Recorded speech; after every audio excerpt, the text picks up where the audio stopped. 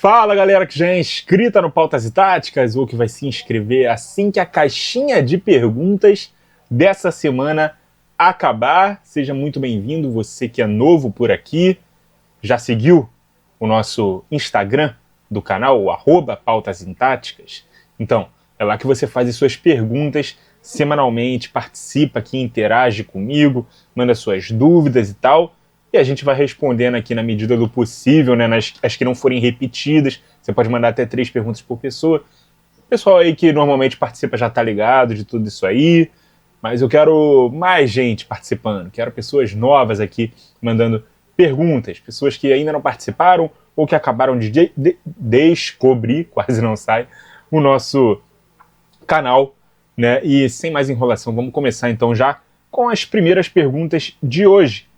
Felipe Gabriel: só eu acho loucura ficar com Carlos Miguel e Lomba e mandar o Everton embora?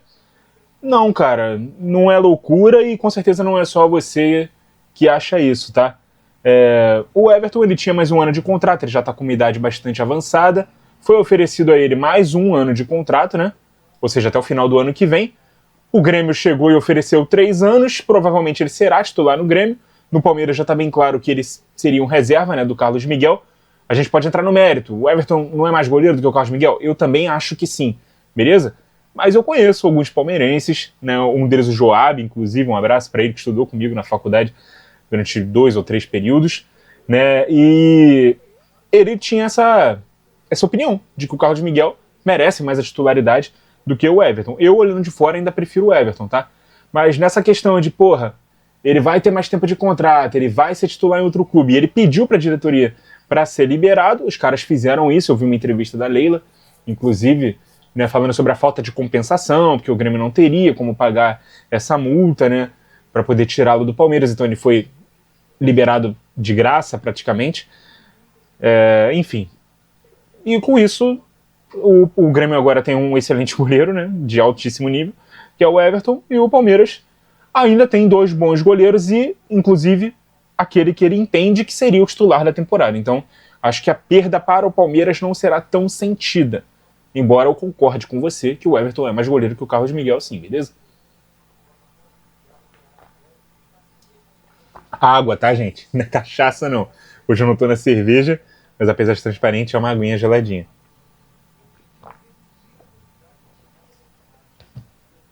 Muito calor pra tomar cachaça. E eu não sou da cachaça, não.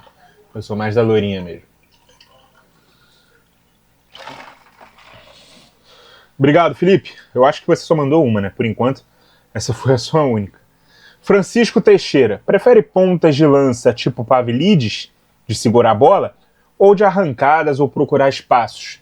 Né? Sempre lembrando que o Francisco ele é português, né? E o ponta de lança lá em Portugal se traduz como centroavante. Né? Aqui no Brasil a gente entende o ponta de lança como um meio atacante, quase um segundo atacante, né? Por conta da nossa história tática. Mais uma questão aí de nomenclatura e cultura esportiva do que uma correção ou nada disso, tá, Francisco? Cara, eu acho que depende muito do time, tá? Se você me perguntar a minha preferência, eu prefiro sempre 9 mais completos, como o Ronaldo, como o Romário, como o Henry, que é o meu jogador preferido que eu vi jogar, né? Que eram caras que eram mais independentes, capazes de receber a bola no meio campo e produzir as próprias jogadas, né? Que sejam menos dependentes do entorno. Mas existem perfis de jogadores que encaixam melhor com isso. E estilos de time também que fazem com que um perfil se encaixe melhor, né, com o perfil determinado de um centroavante ou não. Times que se impõem no campo de ataque, que tem mais uma posse de bola, né, do meio para frente, pedem camisas 9 mais físicos, que sabem jogar mais de pivô, né, fazendo a parede, jogando de costas para a defesa adversária. Agora, times que defendem mais em bloco baixo, gostam mais da transição rápida, preferem o 9 que eu prefiro, né? Mas que não se encaixa com o primeiro perfil de jogo, que é aquele 9 que recebe a bola no meio campo, porque o time vai estar marcando dentro do próprio campo, então o 9 vai estar ali mais ou menos no círculo central, numa puxada de contra-ataque, bola nele e ele vai conseguir correr, driblar, acelerar para cima da marcação adversária, beleza? Mais uma aqui do Francisco. Tirando o Botafogo, que equipe brasileira está com mais expectativa para a próxima temporada? Bom, Francisco, eu não tenho expectativa no time dos outros, tá? Mas entendendo a sua pergunta, né, eu creio que o Cruzeiro tende a fazer uma temporada melhor em 2026 do que fez em 2025, tá? E em 2025 eu não estava com expectativa tão grande em cima do Cruzeiro por conta de como ele investiu, contratando muito jogador pelo nome, né? A gente via que todos aqueles nomes juntos que chegaram como estrelas e tal, a peso de ouro, caros, não conseguiriam jogar juntos num time titular e de fato não jogaram. Alguns até saíram do clube, outros foram reservas, né? Mas o time que se montou conscientemente, né, numa equipe que fazia sentido dentro de campo, foi muito forte. E por isso que o Cruzeiro chegou a brigar pelo título brasileiro, né, nessa temporada. Esse ano, mantendo essa linha de contratação, agora com o Tite como treinador, embora eu acho que seja um decréscimo em relação ao Leonardo Jardim, que não quis permanecer. Eu acho que o Cruzeiro tende a permanecer nessas brigas, né, ambiciosas, altamente ambiciosas. Acho que consegue se credenciar a ser esse terceiro cavalo ali no Campeonato Brasileiro nessa corrida pelo título. Quem sabe pode conseguir algo melhor ou não. E nas Copas, se der atenção, vai conseguir chegar até mais longe do que chegou em 2025. Foi semifinalista, perdeu nos pênaltis para o Corinthians na Copa do Brasil. Na Sul-Americana não deu tanta atenção, porque é uma competição, né, que os clubes normalmente não dão tanta atenção assim. Esse ano vai jogar a Libertadores, já está classificado até para a fase de grupos. Então tende a dar uma atenção muito maior para essa Copa Internacional que ele vai disputar nesse ano, beleza? Mais uma aqui do Francisco.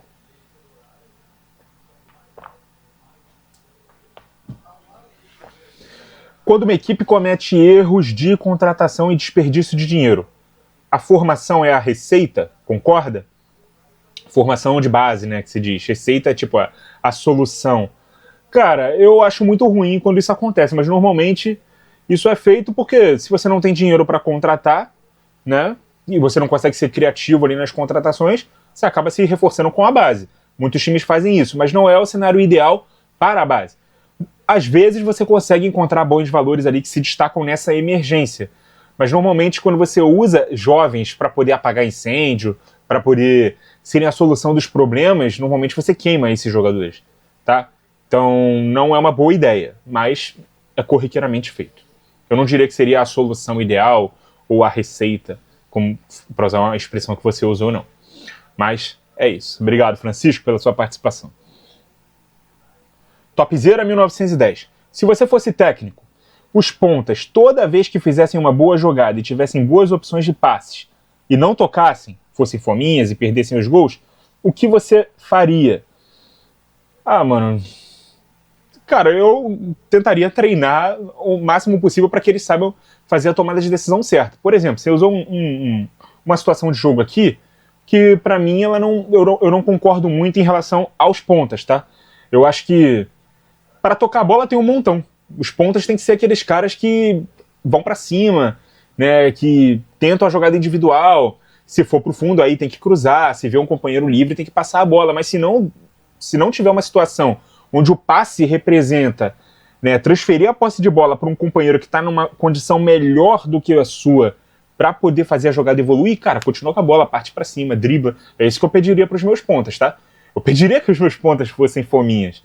Mas é claro, dentro de um limite, né? Se você tem um companheiro melhor posicionado que você, que vai conseguir dar uma solução para aquele lance melhor do que você, toca a bola. Caso contrário, tenta resolver. Beleza? Essa seria a minha instrução.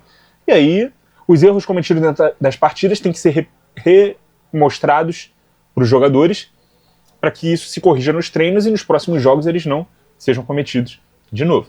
Beleza? Se eu fosse técnico, essa seria a minha solução. Agora, na hora, na beira do campo, eu iria dar uma chamada de atenção, né? Uns gritos, uns xingamentos, porque faz parte também. Beleza? Futebol é assim, não dá para pedir por favor, né? Quando se joga a bola ou quando se é técnico. Mais uma aqui do Topzera. Se todo time mais fraco fosse mais coletivo e mais entrosado, se sairiam melhores contra os grandes? Todo time é bem complicado de afirmar, né, cara? Mas assim, a sua pergunta foi se sairiam melhores? Se sairiam melhor, lógico. Mas eu sempre parto do princípio de que o futebol enquanto esporte coletivo, né, ele depende cada vez menos das individualidades, tá? O time mais fraco ele tem condição de disputar e competir contra um time mais forte se ele tiver organizado, com certeza. Se ele tiver um plano de jogo que potencialize os seus pontos fortes e ataque os pontos fracos do adversário, além de minimizar os seus próprios pontos fracos. Isso é possível de fazer com treino, com aplicação tática e tal. Claro que em determinado momento isso praticamente, quase sempre vai significar você abrir mão da posse, você se dedicar mais a marcar dentro do próprio campo e ser mais assertivo nas poucas chances que você tem. Fazer isso contra um time que é melhor do que você, que é mais bem treinado que você, que tem um coletivo mais forte que o seu, é muito difícil. Então, assim, se sair melhor, tem um limite, tá? Isso pode te levar a uma vitória, pode te levar a uma classificação, pode te levar a só conseguir um empate, pode te levar a só perder de pouco. Isso aí vai depender de equipe para equipe, jogo para jogo também, beleza?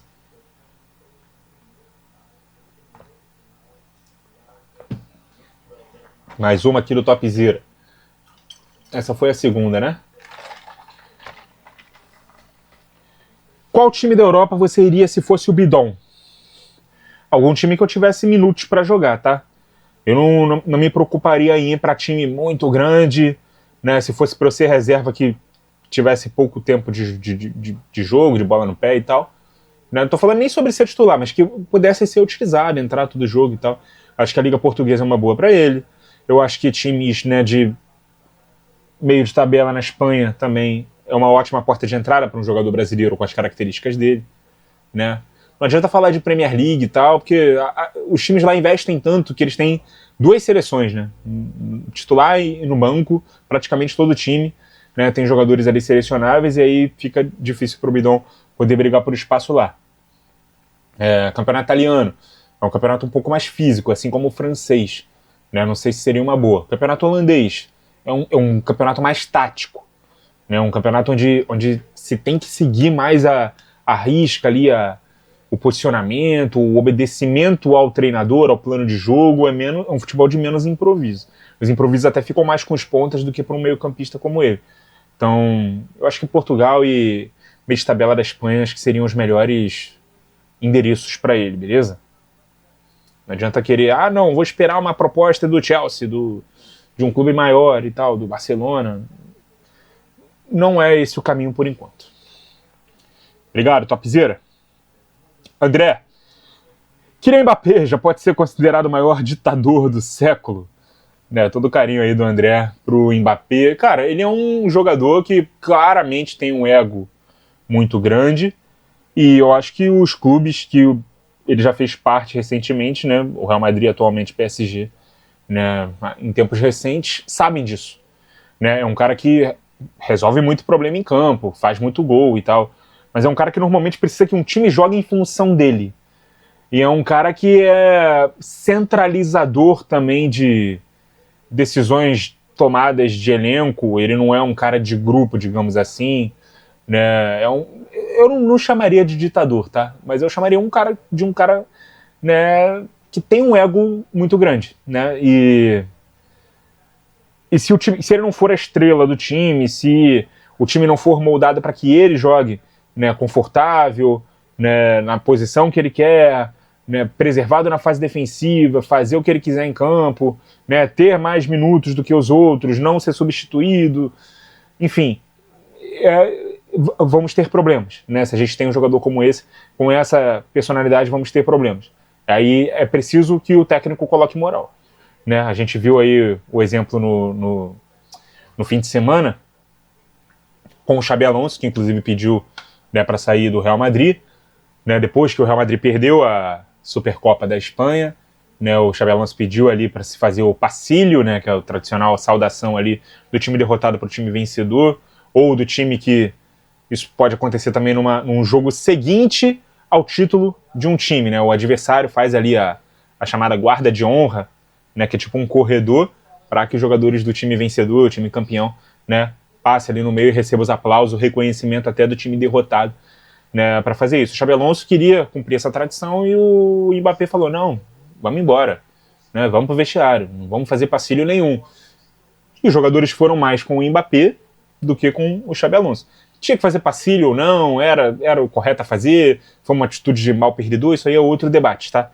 Mas a gente viu que o Xabi não teve pulso firme, liderança, né, tamanho para poder impor aquilo que ele queria, tá? Não só nessa situação do passilho, mas em várias situações ali dentro do clube, tá? E aí o clube também faz a opção por promover o Arbeloa, né, que foi um jogador não tão qualificado e respeitado como foi o Xabi Alonso, e não é um treinador mais experiente, né? É o cara que estava ali no time Castilho. O Xabi Alonso, novato ou não, porra, já teve uma experiência muito bem sucedida lá no Leverkusen. Não sei se foi feliz a troca que o Real Madrid fez, não.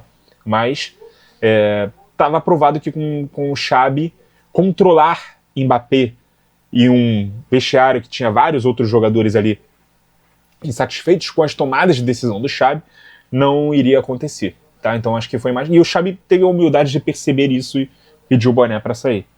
Agora, a decisão do Real Madrid de promover o Arbeloa, talvez como técnico tampão, e aí se contrata outro até o fim da temporada, mas aí se perde muito tempo também, né? Mas eu acho que ele foi efetivado para ficar pelo menos até o fim de 25-26. Vamos ver. Segundo aqui do André. Qual posição ou função mais te encanta ver no futebol?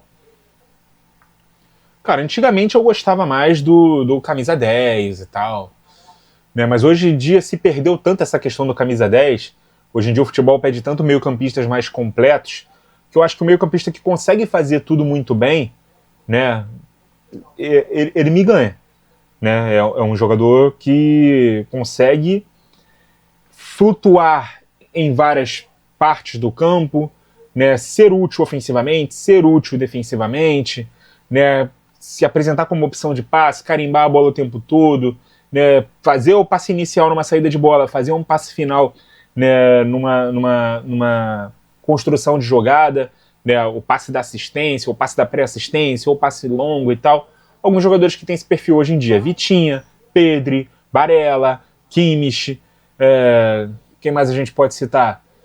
O Bellingham um pouco menos, né? O Bellingham ele é um box-to-box que se converteu num camisa 10, mas ainda continua sendo um box-to-box, né? E é uma síntese da morte desse camisa 10. O cara que só quer jogar sem bola, ele não vai jogar.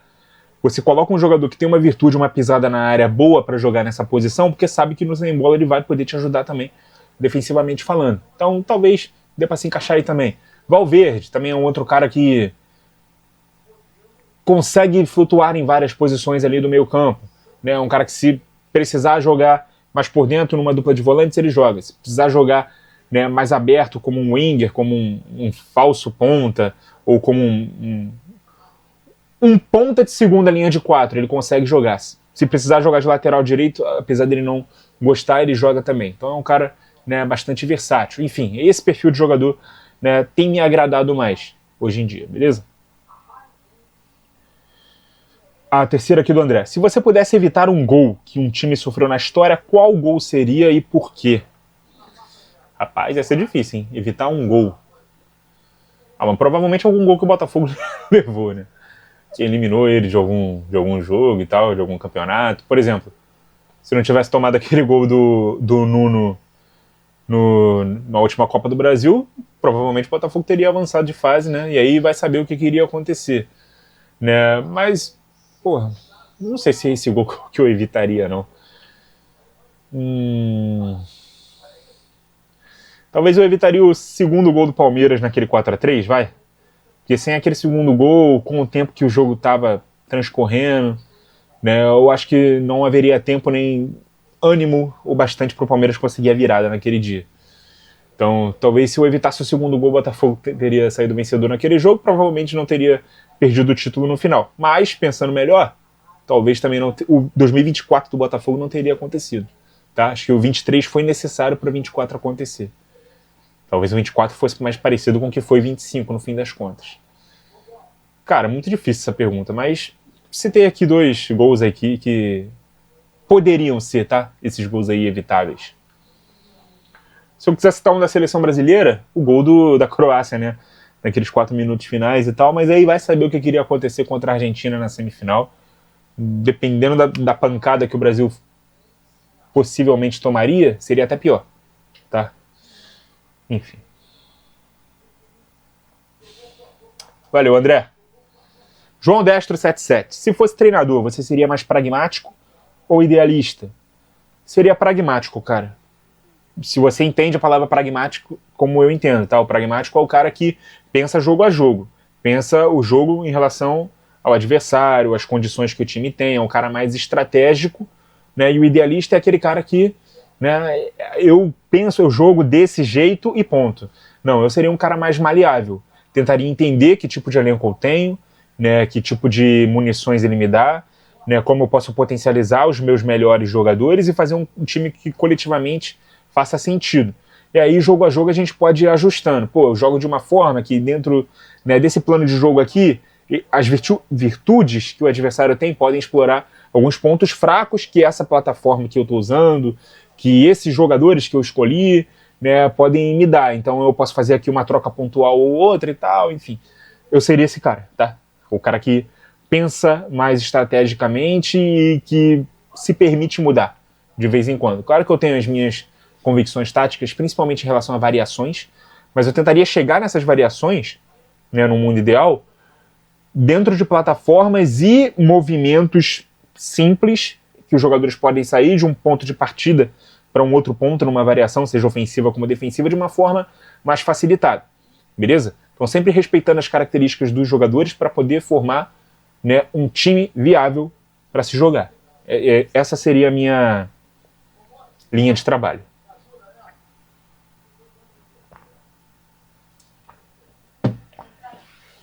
Mais uma aqui do João. Entre 4-5-1 e 5-4-1, qual o melhor para jogar em bloco baixo e conter um time que joga no 4-3-3 moderno? E é muito superior tecnicamente. Cara, independente se o adversário joga no 4-3-3 ou qualquer outro sistema tático, eu prefiro o 5-4-1 do que o 4-5-1, tá? Vou pegar a prancheta aqui rapidinho para poder explicar essa minha preferência.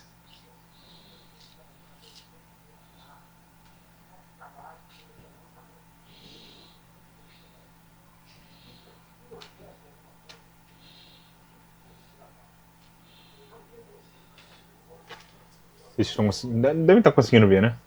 Esse aqui é o 5-4-1. Eu prefiro. Você vê como todos os corredores estão ocupados por todos os jogadores. Você tem ainda 2 jogadores na frente da defesa, fechando aqui, né, um quinteto. Tem 2 jogadores aqui que não precisam voltar até a própria linha de fundo na fase defensiva e podem ser acionados muito facilmente, né, nos contra-ataques. Então, e aí pode até variar depois, né, para um 3-4-3 ou até um 3-2-5, como modernamente, né, tem se feito.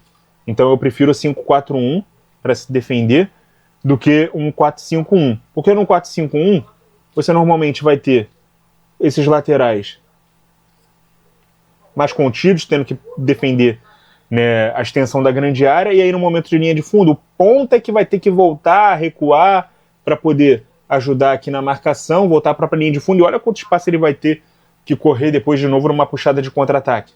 E para acionar um outro jogador aqui no meio, né, vai ser um cara que vai ser provavelmente menos veloz, tá? Agora, se você tem 5 na defesa, você pode designar um ala que ele ataque o portador da bola de frente, ele vai ter a cobertura, né, de um zagueiro, de um defensor atrás dele, e ao recuperar a bola ele já pode acionar esse cara na velocidade, que vai ter muito menos campo, né, para precisar correr numa puxada de contra-ataque, beleza? Então eu prefiro o 5-4-1 por isso. E aí, independente se é um 4-3-3 do outro lado ou não, eu acho um sistema mais eficiente, mas tem que ter peça para usar. Se não tiver, aí vai ter que, né, utilizar outro tipo de peça, outro tipo de jogador, beleza? Ficou mais escuro? Fiquei com a impressão que ficou mais escuro aqui, mas a lâmpada não desligou não, mas é isso. Mais uma aqui do João Destro. Vi no X ontem uma discussão de que o futebol brasileiro entre 2014 e 2018 foi uma era muito pobre tecnicamente, e que de 2019 para cá, nosso futebol subiu muito de nível com a vinda de técnicos gringos. O que você acha? Eu concordo, cara. Eu só mudaria o tecnicamente para taticamente. Tá? Porque tecnicamente, né, menos jogadores surgiram, menos jogadores de muita qualidade surgiram, de fato. Mas eu acho que a contribuição dos técnicos estrangeiros que vieram para o futebol brasileiro foi mais tática do que técnica, tá? Né? Eles elevaram, subiram a régua aí de exigência do nosso futebol. Acho que eu não estava ficando maluco, não. Agora clareou um pouquinho mais. Subiram ali a exigência, mas eu acho que 2019 o ponto de partida foi o sucesso do Jorge Jesus, que levou muita gente mais a fazer isso. Não que ele tenha sido o primeiro estrangeiro no Brasil, tá? Antes dele, muitos outros vieram, fracassaram e tal, mas isso virou moda, virou praxe no futebol brasileiro a partir do Jorge Jesus. Aí em 2020, por exemplo, o Abel Ferreira chegou no Palmeiras e vários outros técnicos aí começaram a vir para o Brasil e ter, né, um sucesso considerável. Eu acho que desde 2014, eu acho que o papo para termos um técnico estrangeiro também na seleção brasileira, ele ficou mais forte, devido à porrada que a seleção tomou, né, na Copa do Mundo que aconteceu em casa. Beleza? Mas isso demorou um pouco para de fato acontecer, porque a gente percebeu, nosso primeiro choque de percepção foi: nós precisamos modernizar o nosso jogo. A gente ainda joga um jogo muito semelhante ao que se jogava nos anos 90, nos anos 2000, em 2014, tá? O que a gente começou a encarar como moderno em 2014, cara, os grandes times do mundo, times e seleções já usavam 2005, 2006, sabe? A Copa de 2006 tinha muitos 4-2-3-1. A gente foi descobrir o 4-2-3-1 ali em 2012, sabe? Aqui no Brasil começou-se a usar muito o 4-2-3-1, mais ou menos ali, em 2012. Então isso mostra bastante o atraso tático do futebol brasileiro. Valeu, João. De João para João, né? Saindo de João Destro e indo para João Victor.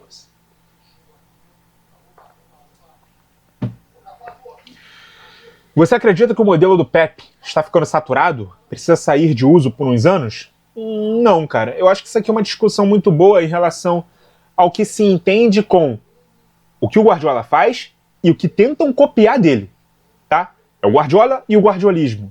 Eu acho que o que se tenta copiar do Guardiola sem ser o Guardiola, sem ter, né, as peças que ele tem, né, os métodos de treino que ele tem, o tempo de trabalho que ele tem, né, é prejudicial para o futebol. Né? Então tentar copiar, tentar emular o que ele faz é ruim quando você não tem as ferramentas que ele tem em mãos.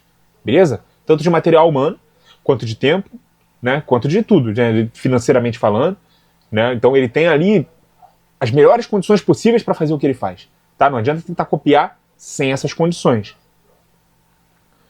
E aí quando você tenta replicar isso, aí é o que surgem aí as opiniões deturpadas, né, de que o jogo posicional é engessado, que prende o jogador, né, que poda a liberdade intuitiva dos caras que driblam, né, que o ponta tem sempre que ficar parado na linha lateral, né, que ele fica privado de partir para cima, né, que ele tem sempre ali que jogar indo para a linha de fundo, né, que o lateral tem sempre que inverter e ir para o meio. Isso é uma parte do jogo posicional.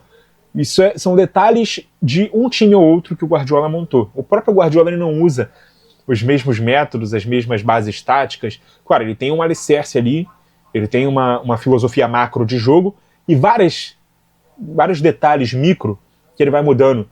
Conforme o seu elenco vai se modificando, ele vai ganhando outras peças. Conforme ele mesmo, por vontade própria, acha que precisa se renovar para não ficar facilmente anulável, mapeável, enfim, previsível. Então, não acho não que precisa sair de uso ou que está saturado, tá? Ou que quem gosta, admira e tenta reproduzir é que tem que pensar se tem as condições para poder fazer o que ele faz. Se não tiver, busca as melhores condições para poder fazer o seu time, com o que você tem em mãos, render da melhor maneira possível, beleza? Eu, por exemplo, sou um grande fã do Guardiola. Eu tentaria fazer o que o Guardiola faz nos meus times? Cara, depende muito de que condições de trabalho eu tenho. Né? De quanto tempo eu estou no time, de que material humano eu tenho, enfim. Tudo isso aí que eu já acabei de falar e vou parar para não ficar repetitivo demais. Mais uma aqui do João. O problema do futebol brasileiro é tático ou cultural?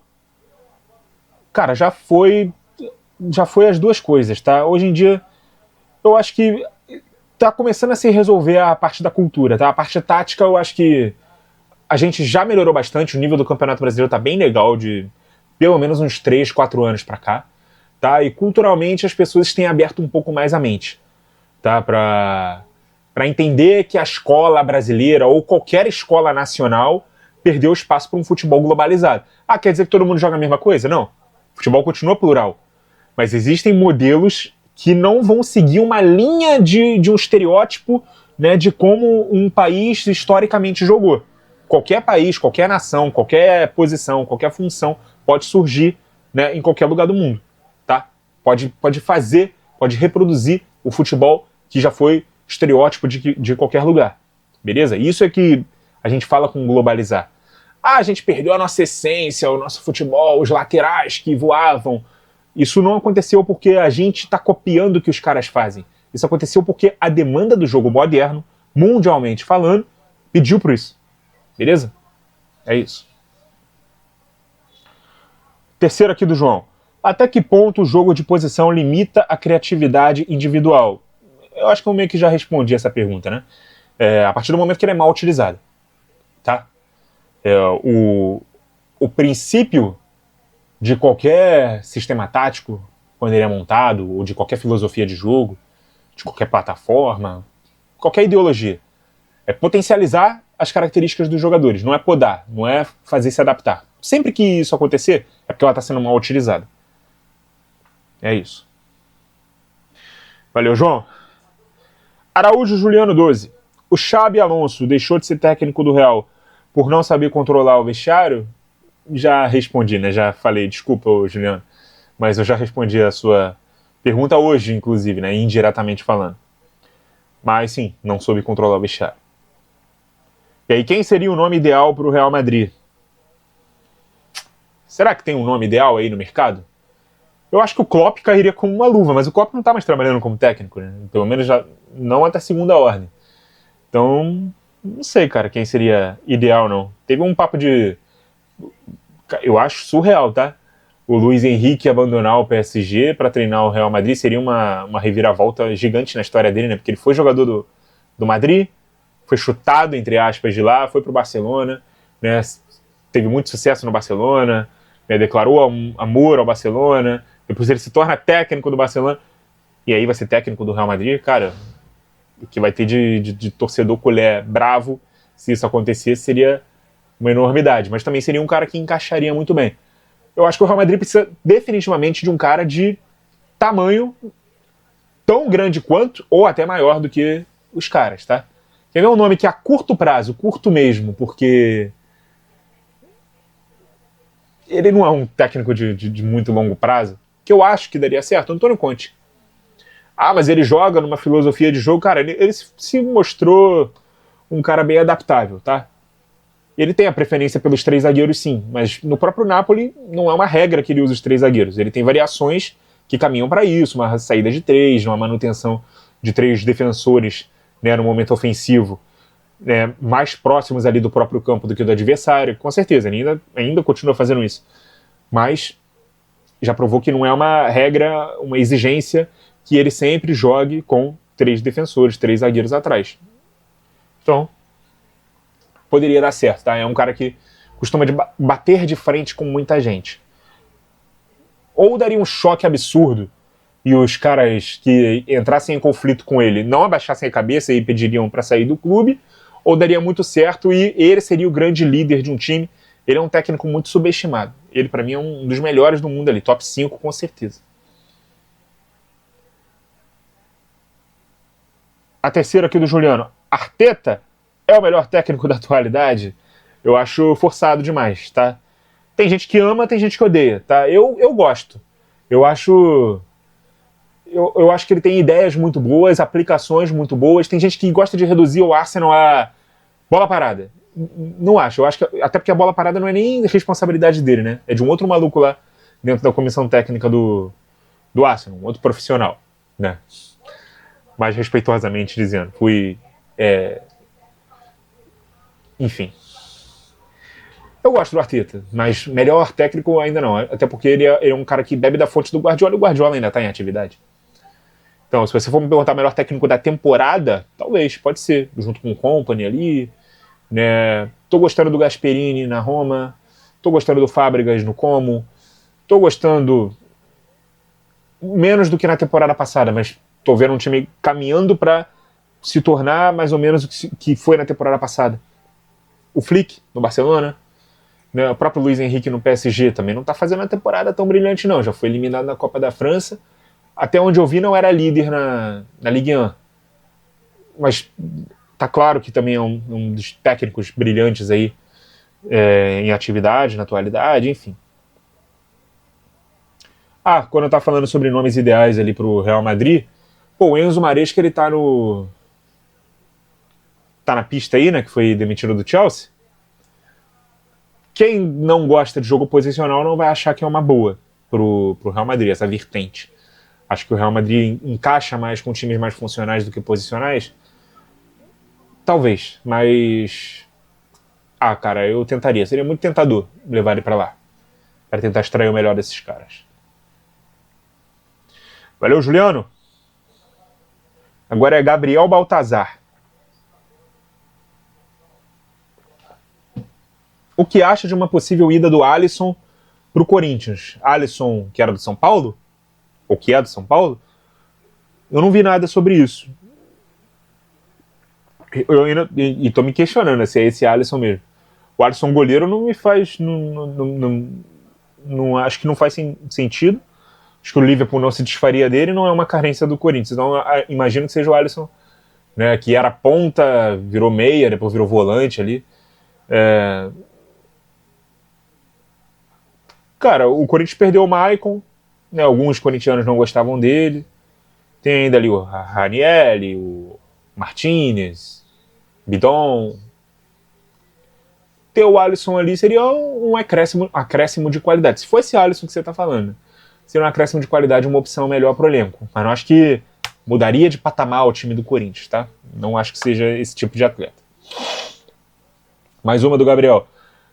O que acha do aparente desmanche do Atlético Mineiro? Eu acho que é mais... Não classificaria como desmanche, classificaria como renovação de elenco, né? Muitos jogadores ali que já estão ali há bastante tempo, alguns jogadores buscando outros desafios, mas eu acho que é muito reflexo, né, das condições extracampo que o time tem de fora e também da forma como o seu treinador pensa, né? Muitas vezes ele quer jogadores mais versáteis e mais apropriados ao estilo de jogo que ele pratica. Então ele costuma mexer muito no time, né? Costuma pedir muitas contratações e se livrar de outras peças. Então, se livrar entre aspas, sempre, né? Mas não vejo como desmanche, não. Desmanche seria se tivesse saído todo mundo ali de baseado e não chegasse ninguém. Mas tá chegando, o Atlético também tá se reforçando. Mais uma aqui do Gabriel.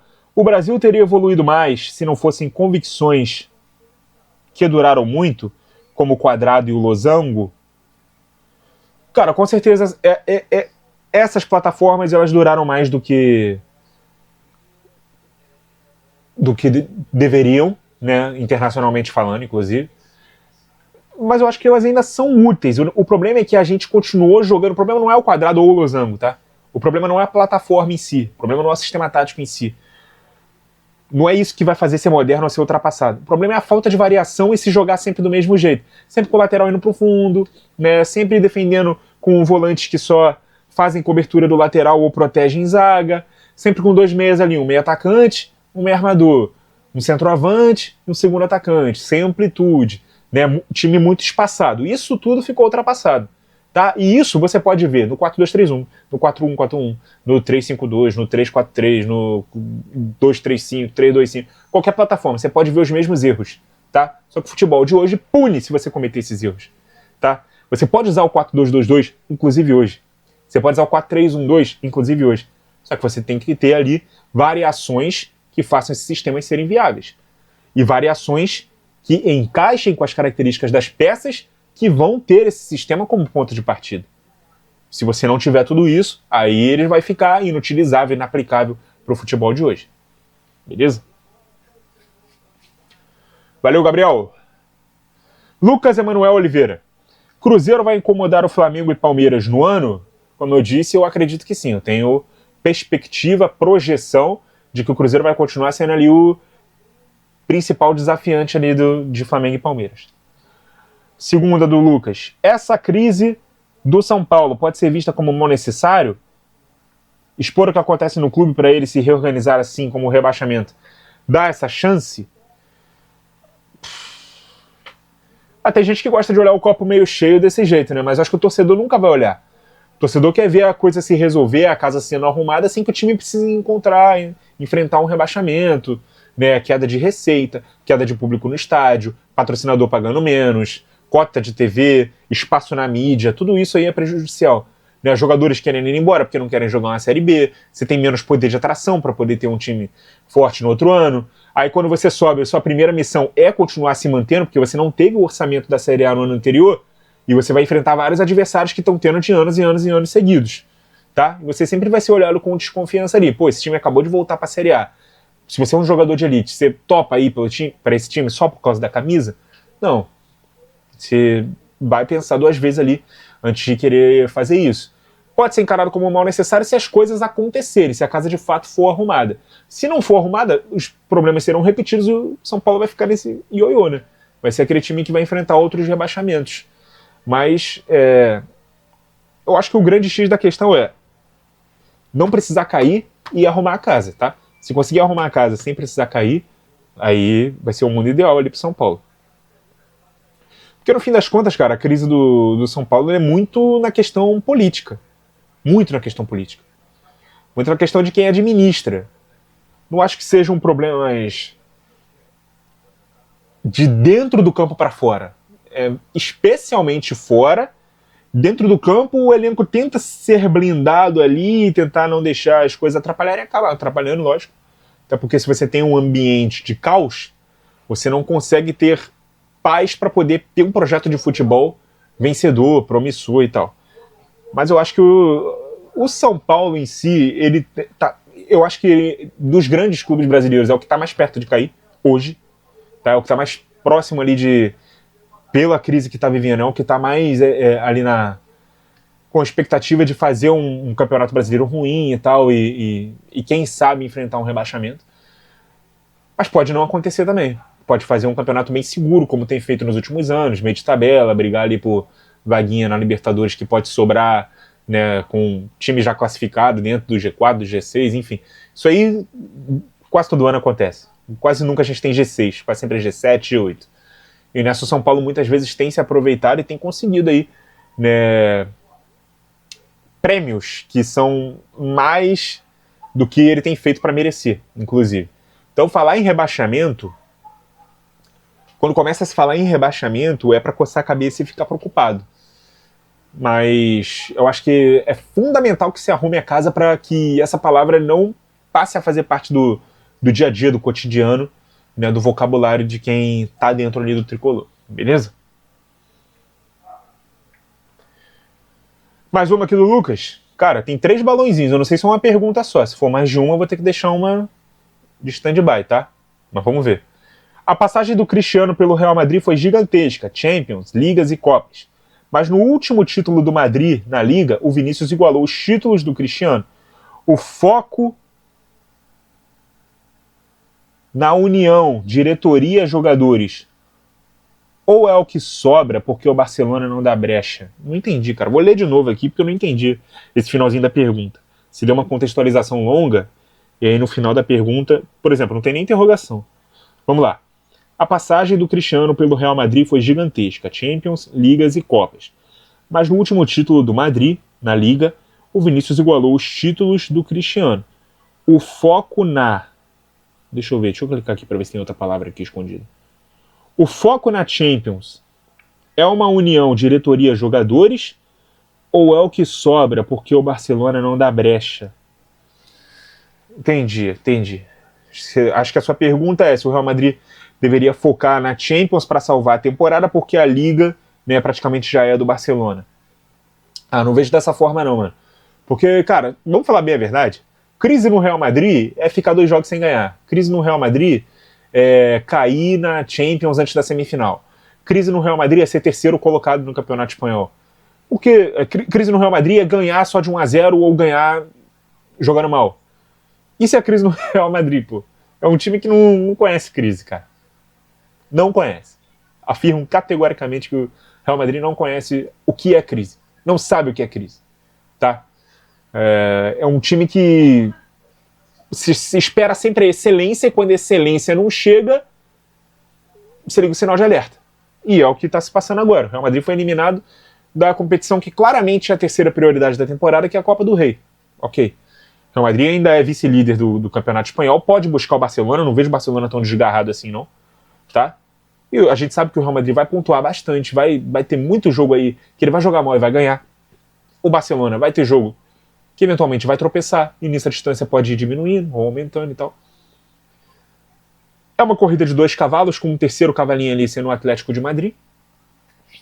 Então a gente sabe que o Real Madrid, no mínimo, vai ser terceiro colocado de novo, né, de La Liga. E na Champions a gente sabe que tudo pode acontecer, é um mata-mata e tal, mas também sabe o tamanho da vontade, né, que esses jogadores entram em campo para poder jogar, o tamanho do respeito que eles impõem ao adversário, né, a mobilização da torcida e do próprio elenco, né, essa cultura vencedora de que tem que ganhar, podem fazer a Champions sim salvar uma temporada. Eu acho improvável hoje pelos desafiantes, né, que se tem, por outros times estarem jogando melhor também. Então acho que o Real Madrid está longe de ser um dos postulantes a título da Champions, e eu acho que a La Liga ainda pode acontecer alguma coisa. E outra, né, não dá para abandonar a La Liga e focar sempre na Champions, porque se você não pegar um embalo na La Liga e conseguir bons resultados, você não vai chegar na Champions com a cabeça levantada não, cabeça erguida não. Tá? Você vai entrar nos jogos da Champions com a cabeça baixa. Né? Porque o grande sustentáculo da temporada de um clube é a Liga. Tá? Os jogos que ocupam a maior parte do calendário dos clubes são a Liga. Então não dá para abandonar completamente a Liga, achando que já está perdido, e jogar de qualquer jeito. Beleza? É isso. Deixa eu atualizar aqui para ver se tem mais, gente, que até então essa foi a última. Aparentemente foi a última, sim.